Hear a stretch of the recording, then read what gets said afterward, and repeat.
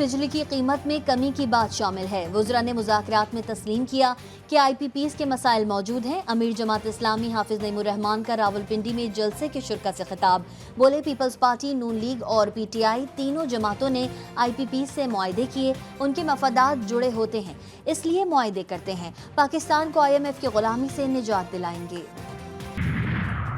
جرنیلوں اور بیوروکریٹس نے ملک کا نظام سنبھال لیا ہے، اٹارنی جنرل کو علم ہی نہیں کہ چیزیں کیسے ہو رہی ہیں۔ چیف جسٹس قاضی فائز عیسیٰ کے مارگلہ نیشنل پارک میں کمرشل سرگرمیوں سے متعلق کیس میں ریمارکس۔ سپریم کورٹ نے مارگلہ ہلز نیشنل پارک وزارت داخلہ کو منتقل کرنے پر حکومت سے جواب مانگ لیا۔ ہاؤسنگ منصوبے پائن سٹی کی تفصیلات بھی طلب۔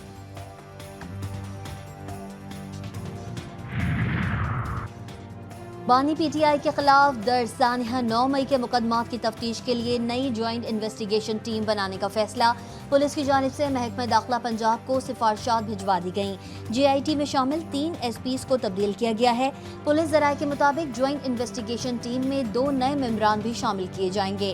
ہائی کورٹ میں اس حوالے سے درخواست بھی دائر کی جا چکی ہے۔ ضلع خیبر میں سیکیورٹی فورسز اور خوارج کے درمیان فائرنگ کا تبادلہ۔ ISPR کے مطابق فائرنگ کے تبادلے میں 4 خوارج جہنم واصل، بہادری سے لڑتے ہوئے 3 جوان شہید ہو گئے۔ کوہاٹ میں 2 بچیاں تالاب میں نہاتے ہوئے ڈوب گئیں۔ بچیوں کی شناخت 9 سالہ ایمان اور 10 سالہ فائزہ کے نام سے ہوئی۔ لاشیں ورثہ کے حوالے کر دی گئیں۔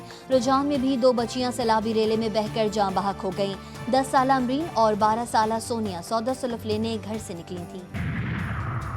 پاکستان میں پولیو کا 14واں کیس سامنے آ گیا۔ بلوچستان کے ضلع قلعہ سیف اللہ میں 20 مہینے کی بچی پولیو وائرس سے متاثر۔ یہ اس سال قلعہ سیف اللہ سے آنے والا پہلا کیس ہے۔ بلوچستان میں اب تک 11 بچے پولیو سے متاثر ہو چکے ہیں۔ پیرس اولمپکس میں پاکستان کے لیے تاریخ رقم کرنے والے قومی ہیرو ارشد ندیم کو گولڈ میڈل پہنا دیا گیا۔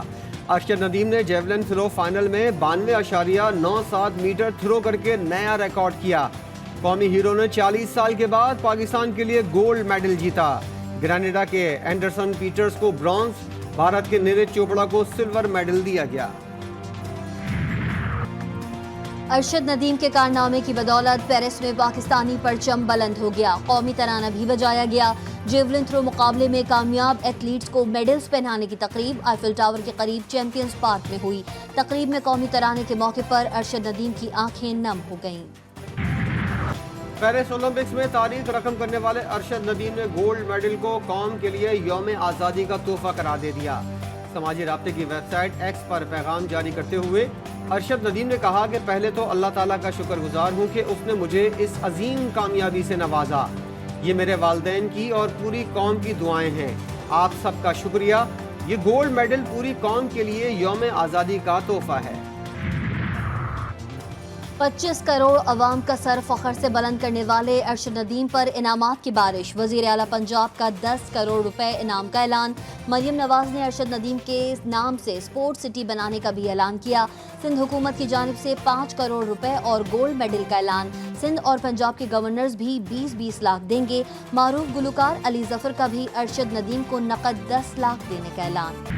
پاکستان کا جو جوڈیشری ہے وہ اتنا قابل ہے کہ وہ نہ صرف عدالت چلاتے ہیں، وہ تو جناب اسپیکر ڈیم بھی بنا سکتے ہیں۔ جب انصاف کی بات آتی ہے تو آئین اور قانون کو فیسیلیٹیٹ کرنا چاہیے، ہمارا ملک میں ایک رکاوٹ بن جاتا ہے۔ یہاں پاکستان کی سیاست میں ایک storm in A T cup کو ایک فل بلون کانسٹیٹیوشنل کرائسس میں تبدیل کیا جا رہا ہے۔ پارلیمان میں ایک ادارے کی مداخلت کا شکوہ۔ پوری دنیا میں کوئی جوڈیشری ہماری عدلیہ کا مقابلہ نہیں کر سکتی۔ یہ انصاف بھی دیتی ہے اور ڈیم بھی بنا سکتی ہے۔ چیئرمین پیپلز پارٹی کا طنز۔ قومی اسمبلی میں اظہار خیال کرتے ہوئے بولے، اس وقت اداروں کے درمیان فاصلہ نظر آ رہا ہے۔ پی ٹی آئی کو سیٹیں ایسے دی گئی ہیں جیسے کوئی ٹافی ہو۔ ایک مری ہوئی سیاسی جماعت کو عین وقت ایسا فائدہ دیا گیا کہ پوری جماعت موبلائز ہو گئی۔ بنگلہ دیش میں حکومت کے خلاف تحریک بھی عدالتی فیصلے کی وجہ سے شروع ہوئی۔